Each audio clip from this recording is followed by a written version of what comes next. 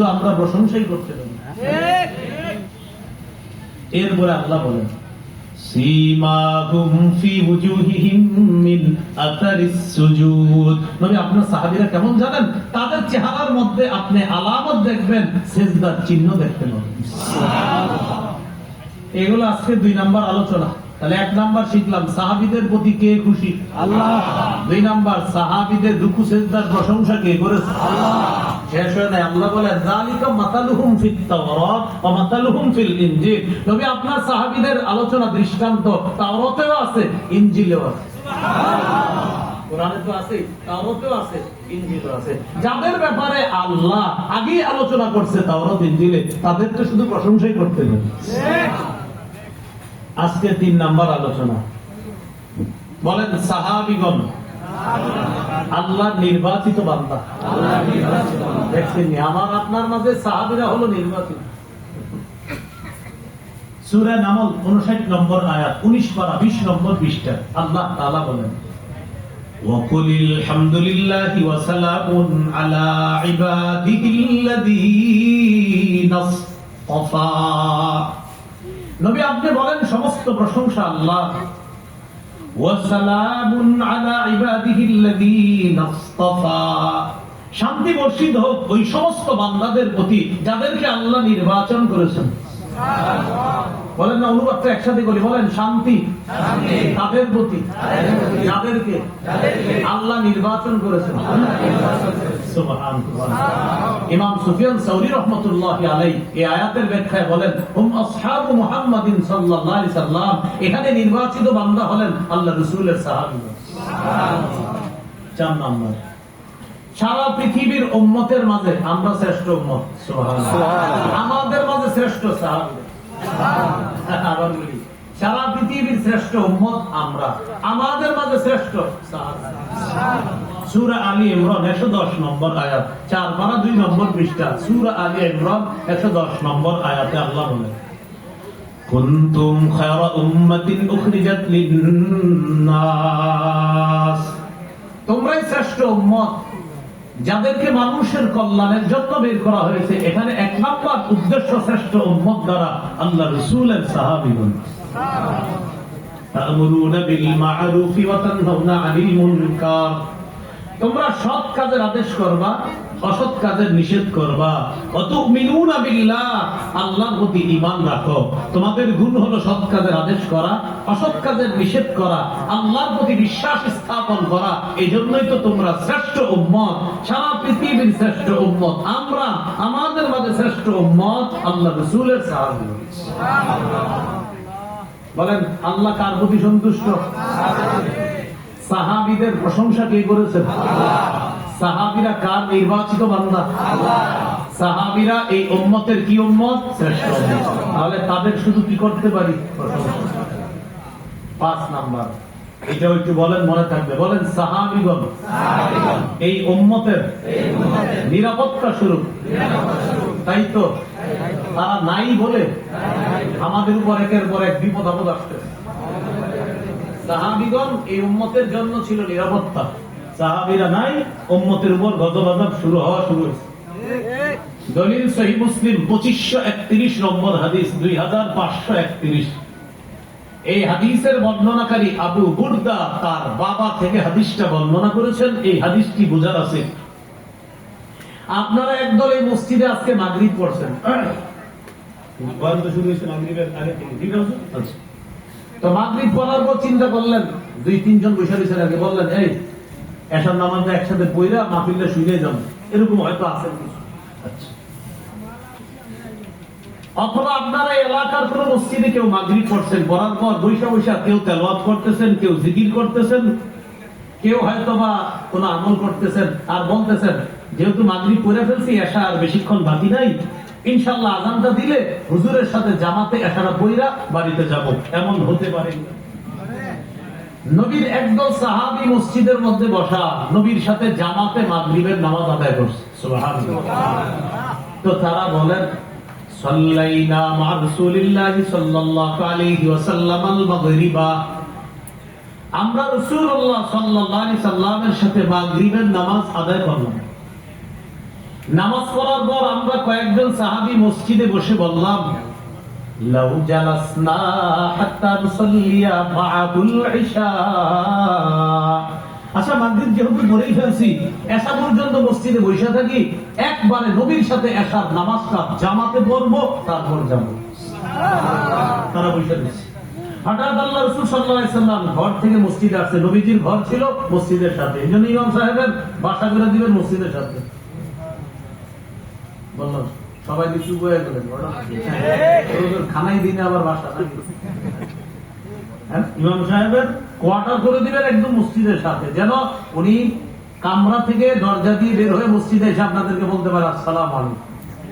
একদম এটা বাথরুম সহ ওনার ফ্যামিলি সহ কোয়ার্টার করে দিবেন। রাসূলুল্লাহ সাল্লাল্লাহু আলাইহি সাল্লামের বাসা ছিল একদম মসজিদের সাথে। বাসা থেকে বের হয়ে আসছে। বাসা কোনটা? এখন আল্লাহ রাসূল সাল্লাল্লাহু আলাইহি সাল্লাম যেখানে আছে মদিনায়, এটাই বাসা ছিল। সুবহানাল্লাহ। এটা আম্মাজান আয়েশা সিদ্দিকা রাদিয়াল্লাহু তাআলা আনহা কামরা ছিল, ঘর ছিল। নবীজি মসজিদে আয়েশা দেখে একদল সাহাবী বসা, তাদেরকে বললেন, মাজিলতুম হাহুনা, তোমরা এখানে কতক্ষণ বসা? এতক্ষণ এখানে বসে আছো, মাগরিব পরে বাসায় যাওনি? সাহাবীরা জবাব দিলেন, ইয়া রাসূলুল্লাহ, আপনার সাথে জামাতে মাগরিব পড়ছি। মাগরিবের পরে আমরা নিয়ত করলাম, যেহেতু মাগরিব হয়ে গেছে, একটু পরে আল্লাহ চাইলে এশার নামাজের আযান হবে, আমরা নাজলিসু হাত্তা নুসাল্লিয়া মা'আকাল ইশা, এশা পর্যন্ত বসে থাকবো, এশার নামাজের সময় হবে, নিয়ত করছি আপনার সাথে এশা পড়বো, তারপর মসজিদ থেকে বের হবো। সুবহানাল্লাহ। নবীজি বললেন, আহসানতুম, ভালো কাজ করছো। সুবহানাল্লাহ। অথবা বলছেন, আও আসাবতুম, তোমরা সঠিক করছো। ফারাফা রাসাহু ইলাস সামা, মূল জায়গায় চলে আসছে, মন্দিরে চলে আসছে। নবী মাথাটা আকাশের দিকে উঠাইতেন। ওয়া কানা কাসীরাম মিম্মা ইয়ারফাউ রাসাহু ইলাস সামা, বেশিরভাগ সময় আল্লাহ রাসূল মাথা আকাশের দিকে উঠাইতেন, এটা নবীর একটা অভ্যাস ছিল। মাথা আকাশের দিকে উঠায় নবী বললেন, আন-নুজুমু আমানাতুন লিস-সামা, নবী বললেন, এই নক্ষত্রগুলা আকাশের জন্য নিরাপত্তা, নক্ষত্র আকাশের জন্য নিরাপত্তা। ফাইযা যাহাবাতিন নুজুম আতাস-সামাআ মা তুআদ, আকাশের নক্ষত্রগুলো যখন বিদায় নিবে, নক্ষত্র যখন চিরতরে বিদায় নিয়ে নিবে, আকাশের উপর ওয়াদা চলে আসবে, মানে আকাশ ফেটে যাবে, কিয়ামত ঘটে যাবে। নক্ষত্র যতদিন আছে আকাশের নিরাপত্তা আছে, নক্ষত্র ধ্বংস, আকাশ ধ্বংস। এরপরে কি বললেন দেখেন, ওয়া আনা আমানাতুল লিআসহাবি, শোনো, আমি আমার সাহাবীদের জন্য নিরাপত্তা। সুবহানাল্লাহ। নবীজি বললেন, আমি আমার সাহাবীদের জন্য নিরাপত্তা। ফাইদা যাহাবতু আতা আসহাবি মা ইউআদুনা, আমি যখন বিদায় নিব, আমার সাহাবীদের উপর একের পর এক বালা মুসিবত আসতে থাকবে, পরীক্ষা আসবে। ঠিকই নবী বিদায় নিলেন। বিদায় নেওয়ার সাথে সাথে পরীক্ষা শুরু হয়ে গেল, কে হবে খলিফা, পরীক্ষা শুরু হয়ে গেল। ওমর ফারুক রাদিয়াল্লাহু তাআলা আনহু খুব কৌশলের সাথে এই পরীক্ষা তাড়াতাড়ি সামাল দিয়েছেন তিনি। সর্বপ্রথম তিনি দাঁড়ায় বায়াত হয়ে গেছে আবু বকর সিদ্দিক রাদিয়াল্লাহু তাআলা আনহুর কাছে, তখন বিষয়টা সহজ হয়ে গেছে, মানুষ দলে দলে বায়াত হওয়া শুরু হয়েছে। এটা ছিল একটা পরীক্ষা, এটা বেশি কষ্টদায়ক ছিল না। কিছুদিন পরে একটা ভয়ঙ্কর পরীক্ষা, সেটা কি, আবু বকর সিদ্দিক রাদিয়াল্লাহু তাআলা আনহুর জামানায় একদল বলে বসলো, আমরা আর যাকাত দিব না, নবীর যুগে দিছি এখন আর দিব না। এই পরীক্ষা আবু বকর সিদ্দিক নরম, এই নরম আবু বকর সিদ্দিক রাদিয়াল্লাহু তাআলা কঠিন গরম হয়ে বললেন, আয়ান কুসুদ্দিন ওয়া আনা হাই, দ্বীনের কোনো ক্ষতি হবে আর আমি আবু বকর জীবিত থাকবো, অসম্ভব। যাকাত যারা দিবে না, একটা রশি দিতেও যদি অস্বীকার করে, যা নবীর যুগে দিত রশিকে, অর্থাৎ পশু দিলে সাথে রশিও দিত, যদি কেউ যাকাত দেওয়ার সময় রশিটাও না দেয়, আমি তার বিরুদ্ধে জিহাদ করব। সুবহানাল্লাহ। বলে ফিতনা আসা শুরু হলো। ওমর ফারুক রাদিয়াল্লাহু তাআলা আনহু সুন্দরভাবে সামাল দিলেন দুনিয়াকে। তারপরেও তার শেষের দিকে ফিতনা আসলো, তিনিও শাহাদাত বরণ করলেন। ওমর ফারুক রাদিয়াল্লাহু তাআলা আনহু অত্যন্ত সুনামের সাথে পরিচালনা করার পর, তিনি শহীদ হওয়ার পর শাসন ক্ষমতা চলে আসলো ওসমান গনি রাদিয়াল্লাহু তাআলা আনহু, তিনি খলিফা হলেন। তার শেষের দিকে কি পরিমাণ ভয়ঙ্কর সাবাই ফিতনা দেখা দিল, যে ফিতনা এক পর্যায়ে মুসলমানের মধ্যে গ্রুপিং পর্যন্ত চলে গেল।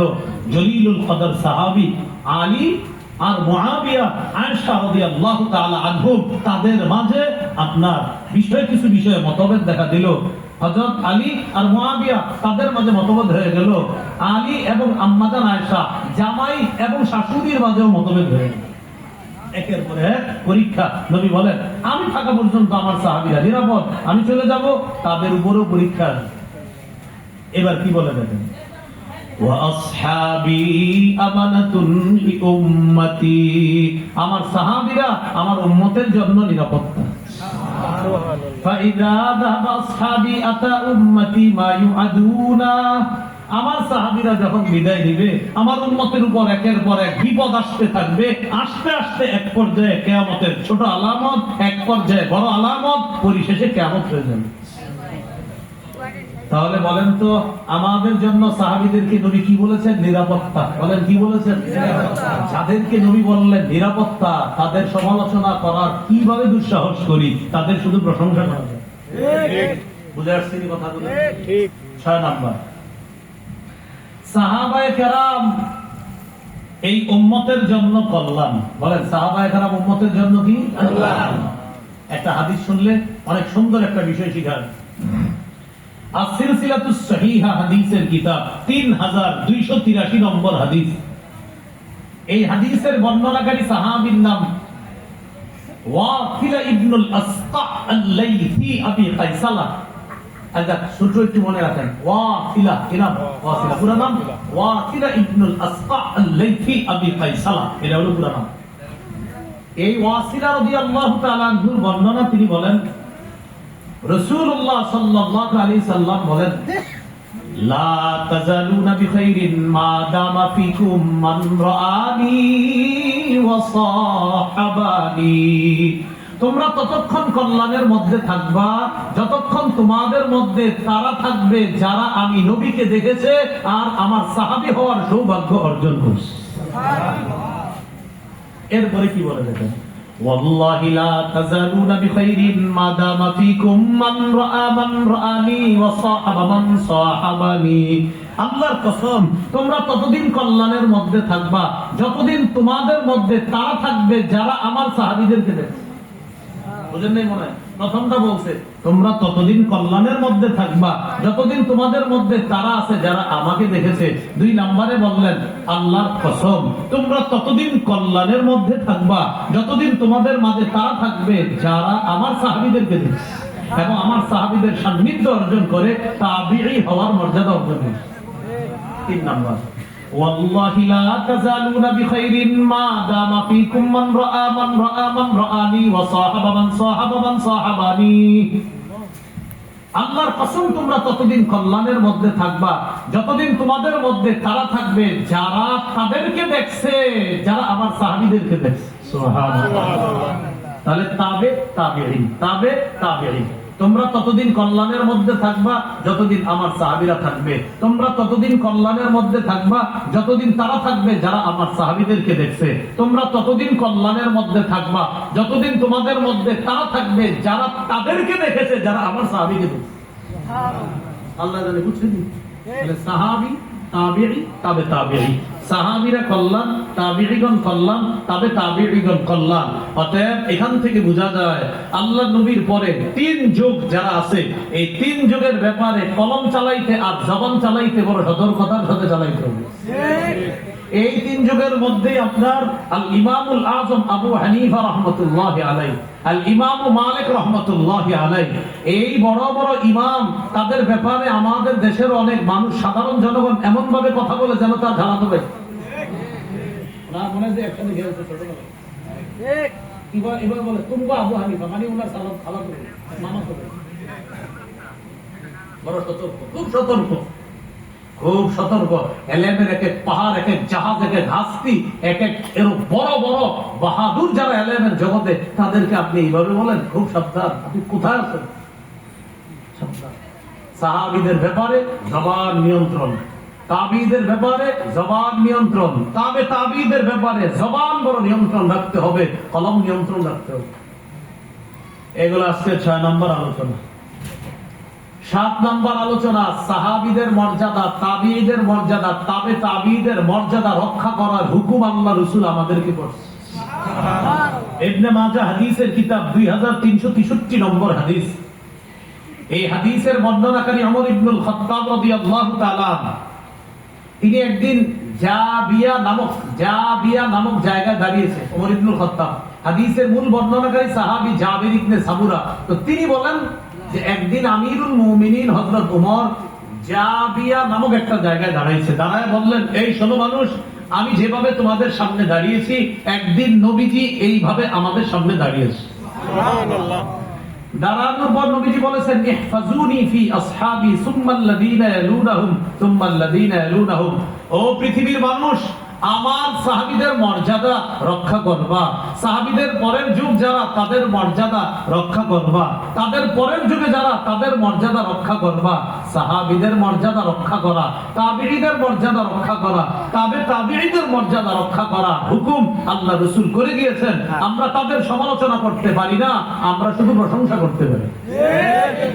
প্রিয় ভাইরা, এলাকার উলামায়ে কেরাম আছেন অনেক, জানি না এদিকের কি হালাত সাধারণ জনগণের মাঝে। অনেক সাধারণ জনগণ কোন পাল্লায় পড়ে বড় বড় ইমামদের নাম এমন ভাবে বলে মনে হয় যে ওনার সাথে ছোটবেলায় খেলছে। জানি না এইসব ঘটনা দিকে আছে। খুব সতর্ক, আল্লাহর হস্তে খুব সতর্ক থাকেন। এগুলো 7 নম্বর আলোচনা। 8 নম্বর আলোচনা, আজকের গুরুত্বপূর্ণ আলোচনা। এটা আমার সাথে বলেন, সাহাবীদেরকে গালি দেওয়া হারাম।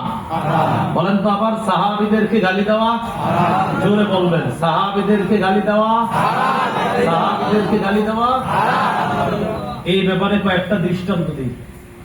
দৃষ্টান্ত নাম্বার 1, যেই ব্যক্তি সাহাবীকে কখনো গালি দিবে, সাথে সাথে বলবেন, ভাইয়া তোমার উপর আল্লাহর অভিশাপ, ফেরেশতাদের অভিশাপ, সারা দুনিয়ার সব মানুষের অভিশাপ। কোনদিন যদি কাউকে দেখেন সাহাবীদেরকে গালি দেয়, সাথে সাথে বলবেন, হাদিসের ভাষ্য অনুযায়ী তোমার উপর আল্লাহর অভিশাপ, ফেরেশতাদের অভিশাপ, সকল মানুষের অভিশাপ। হাদিসের একটা কিতাব আছে নাম আল জামিউস সগীর। এই কিতাবের 8715 নম্বর হাদিসের বর্ণনা। রাসূলুল্লাহ সাল্লাল্লাহু আলাইহি সাল্লাম বলেন, মান সাব্বা আসহাবি ফালাইহি লানাতুল্লাহ ওয়াল মালাইকাতি ওয়ান নাসি আজমাইন।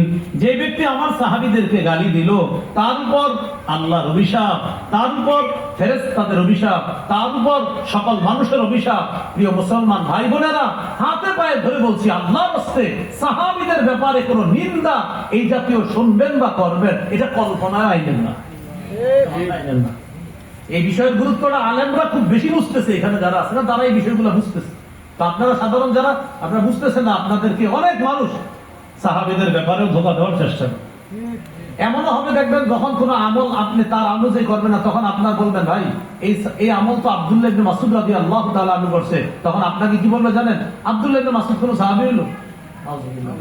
আমি তো কম কইছি। আপনি জানেন হুজুর, আব্দুল্লাহ ইবনে মাসউদ রাদিয়াল্লাহু তাআলা আনহু এক ব্যক্তি এত ভয়ঙ্কর কথা বলছে, একদম মুখ দিয়ে বলছে, আর যেটা আমি মুখে আনতে পারতেছি না। কারণ ওই আমাদের হানাফি ফিকহের গোড়া আব্দুল্লাহ ইবনে মাসউদ রাদিয়াল্লাহু তাআলা, কেন উনি না ওনার নাম, এই জন্য ওনার ব্যাপারে এমন ভয়ঙ্কর মন্তব্য আছে অনেকের, যা মুখে আনতে পারতেছি। এই জন্য খুব সাবধান। রাসূলুল্লাহ সাল্লাল্লাহু আলাইহি সাল্লাম বলেন, যে ব্যক্তি আমার সাহাবীদেরকে গালি দেয়, তার উপর আল্লাহর অভিশাপ, ফেরেশতাদের অভিশাপ, সকল মানুষের অভিশাপ। দৃষ্টান্ত নাম্বার 2, সহিহ বুখারীর বর্ণনা 3673 নম্বর হাদিস। এই হাদিসে রাসূল সাল্লাল্লাহু আলাইহি সাল্লাম সাহাবীদেরকে গালি দিতে নিষেধ করছে। রাসূলুল্লাহ সাল্লাল্লাহু আলাইহি সাল্লাম বলেন, লা তাসুব্বু আসহাবি, তোমরা আমার সাহাবীদেরকে গালি দিও না। ফালাউ আন্না আহাদাকুম আনফাকা মিসলা উহুদিন যাহাবা, তোমাদের কেউ যদি উহুদ পাহাড় পরিমাণ স্বর্ণ দান করে, তোমাদের কেউ যদি উহুদ পাহাড় পরিমাণ স্বর্ণ দান করে, আমাদের কেউ মনে করেন উহুদ পাহাড়টা যত বড়, এই পরিমাণ স্বর্ণ দান করছে। নবীজি বলেন, মা বালাগা মুদ্দা আহাদিহিম ওয়ালা নাসিফা, আমার সাহাবী এক মুদ পরিমাণ আল্লাহর রাস্তায় দান করছে, অথবা এর অর্ধেক সামান্য কিছু দান করার যে সওয়াব, তোমরা উহুদ পাহাড় পরিমাণ দান করেও আমার সাহাবীর ওই সামান্য অংশের সওয়াব পাবে না। আল্লাহ হেফাজত করেন। দৃষ্টান্ত নাম্বার 3, 3, 4, 5 মন দিয়ে শোনেন। দৃষ্টান্ত 3, 4, 5টা মন দিয়ে শোনেন। দৃষ্টান্ত নাম্বার 3, তাকরিজুশ শরহিত তাহাবিয়া কিতাবের নাম 693 নম্বর বর্ণনা। আব্দুল্লাহ ইবনে আব্বাস রাদিয়াল্লাহু তাআলা আনহুমার বর্ণনা, তিনি বলেন, লা তাসুব্বু আসহাবা মুহাম্মাদিন সাল্লাল্লাহু আলাইহি ওয়াসাল্লাম, তোমরা মুহাম্মদ সাল্লাল্লাহু আলাইহি সাল্লামের সাহাবীদেরকে গালি দিও না। ফালা মুকামু আহাদিহিম সাআতান ইয়ানি মা'আন নবী সাল্লাল্লাহু আলাইহি ওয়াসাল্লাম খায়রুম মিন আমালি আহাদিকুম 40 সানা। আল্লাহ রাসূলের একজন সাহাবী নবীর সাথে শুধু বসা ছিল, আপনার মানে এমন না আমল করছে, এমনি মনে করেন নবীর পাশে বসছে, নবী এক মজলিসে আছে, উনি হয়তো নবীর পিছনে বসা, ডানে বসা, বামে বসা বা সামনে বসা, অথবা বিশাল বড় মজলিসে তিনি শুধু এক জায়গায় বসা রয়েছে আর নবীজির খালি একটু দেখছে, বাস কোনো আমলও করে নাই। আব্দুল্লাহ ইবনে আব্বাস বলেন, এই যে নবীর মজলিসে একজন সাহাবী শুধু এমনি তার উপস্থিতি সামান্য সময়, তোমাদের কেউ 40 বছর ইবাদত করার চাইতেও তার ওই সামান্য উপস্থিতি আল্লাহর কাছে আরো দামি।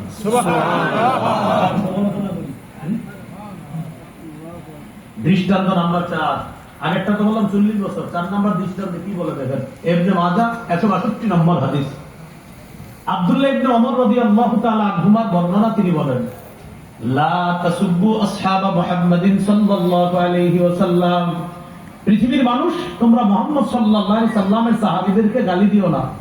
ফালা মুকামু আহাদিহিম মা'আন নবী সাল্লাল্লাহু আলাইহি ওয়াসাল্লাম খায়রুম মিন আমালি আহাদিকুম উমরা, তোমাদের কেউ সারা জীবন, আরেকটা বলছে 40 বছর, এটা বলতেছে সারা জীবন ইবাদত কইরা যে সওয়াব কামাই করবা, একজন সাহাবী নবীর আশেপাশে সামান্য সময় ঘুরছে, ইবাদত বন্দি করে শুধু একটু নবীর সামনে ছিল সামান্য সময়, তোমাদের সারা জীবনের ইবাদতের চাইতে তার সেই সামান্য উপস্থিতি আল্লাহর কাছে আরো দামি। সুবহানাল্লাহ। 5 নাম্বার দৃষ্টান্ত আরেকটু শুনেন, এটা আরো হয়রান হওয়া দৃষ্টান্ত। আমরা বয়স পাই কত, গড়ে 60-70, বাকি হাদিস দ্বারা বোঝা যায় নবী বলছে আমার উম্মতের গড়পড়তা বয়স হবে 70 থেকে 60। আমরা বাংলায় কি 70 থেকে 60 বলি না, 60 থেকে 70, কিন্তু নবী বলছে 70 থেকে 60। হাদিস দ্বারা বোঝা যায় উম্মতের গড়পড়তা বয়স কমবে, বাড়বে না, তাই নবী বলছেন আমার উম্মতের বয়স হবে 70 থেকে 60। এখন বলেন নূহ নবীর হায়াত, এই হায়াত কি এখন কেউ পায়? 1000 বছরের উপরে হায়াত। নূহ নবীর বয়স মনে করেন কেউ পাইছেন আপনাদের? কেউ, কথার কথা, কেউ নূহ নবীর বয়স আল্লাহ তারে দিচ্ছে, আর সেই পরিমাণ ইবাদত করছে যে 1000 বছরের বেশি ইবাদত করছে যিনি নূহ নবীর হায়াত পাইছে। নবীর একজন সাহাবী নবীর সামনে গেছে, মন দিয়ে শুনেন, যখন নবী রাগান্বিত ছিল ওই সাহাবীর উপর, নয় নবী রাগ করে আছে, নবীর কাছে গেছে এমনি সাহাবী, কিন্তু নবী কোনো কারণে তার উপর রাগ করছে। তাহলে কি বোঝা গেল, সাহাবীর উপস্থিতিটা নবীর সামনে খুশি অবস্থায় না রাগের অবস্থায়? রাগের অবস্থায়। এটা বুঝছেন তো কথাটা? এবার হাদিসটা শুনেন, সহিহ ইবনে হিব্বান হাদিসের কিতাব 7256 নম্বর হাদিস। এই হাদিসের বর্ণনাকারীর নাম হলো রিয়াহ ইবনুল হারিস। আচ্ছা, একজন বর্ণনাকারী মনে করেন, সাধারণ যারা আছেন আপনারা, তিনি বলেন আমি কুফার মসজিদে বসা, নবীর এক সাহাবী নাম মুগীরা ইবনে শুবা, তার পাশে আমি কুফার মসজিদে বসা। নবীর সাহাবী মুগীরা ইবনে শুবার কাছে আসলেন নবীর আরেক সাহাবী, তার নাম সাঈদ ইবনে যায়েদ ইবনে আমর ইবনে নুফাইল। একটু খালি মনে রাখেন, সাঈদ রাদিয়াল্লাহু তাআলা আনহু নামে একজন সাহাবী মুগীরা ইবনে শুবার কাছে আসছে। তাহলে মুগীরা ইবনে শুবা বসা, তার কাছে নবীর আরেক সাহাবী আসছে, তার নাম সাঈদ ইবনে যায়েদ। সামনে কুফার জনগণ আছে, তাহলে দুই সাহাবী একসাথে বসা, একজন এইভাবে হেলান দিয়ে আছে, পায়ের কাছে আরেক সাহাবী বসা। মুগীরা ইবনে শুবা রাদিয়াল্লাহু তাআলা আনহু সম্ভবত শোয়া অবস্থায়, আর তার পায়ের কাছে খাটের উপর বসা আছে আরেক সাহাবী। হাদিসের ভাষ্য ওয়া জালাসা ইনদা রিজলিহি আলাস সারির, আরেক বর্ণনায় আতআদাহু ইনদা রিজলিহি আলাস সারির। মুগীরা ইবনে শুবা নবীর আরেক সাহাবী সাঈদ রাদিয়াল্লাহু তাআলা আনহুকে স্বাগত জানায়া ওই পায়ের কাছে বসায়া দিয়েছে, খাটের উপর বসো, বৈশা দুই সাহাবী বসা। ইতিমধ্যে কুফার এক লোক আসছে ওই মজলিসে, কুফার এক লোক, ওই লোকটার নাম কাইস ইবনে আলকামা। এই লোক আইসা কি শুরু করছে, সাব্বা ফাসাব্বা, গালি দেওয়া শুরু করছে। এই লোক এখানে আইসা শুধু শুধু গালি দিতেছে।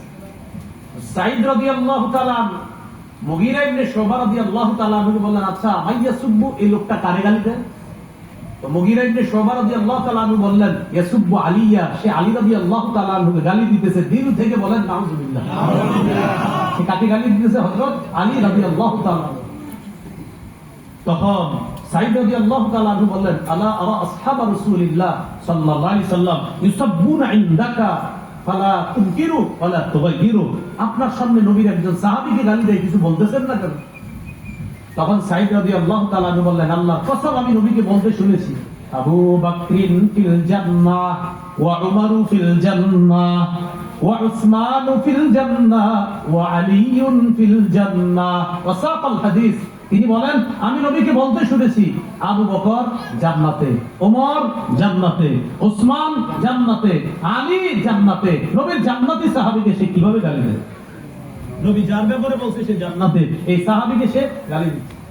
এরপরে তিনি বলেন, শোনো, লামাশহাদু রাজুলিন মিনহুম মা রাসূলিল্লাহি সাল্লাল্লাহু আলাইহি ওয়াসাল্লাম ইয়াগবারু ফীহি ওয়াজহুহু খায়রুম মিন আমালি আহাদিকুম উমরা ওয়ালাউ উমরা উমর নূহ।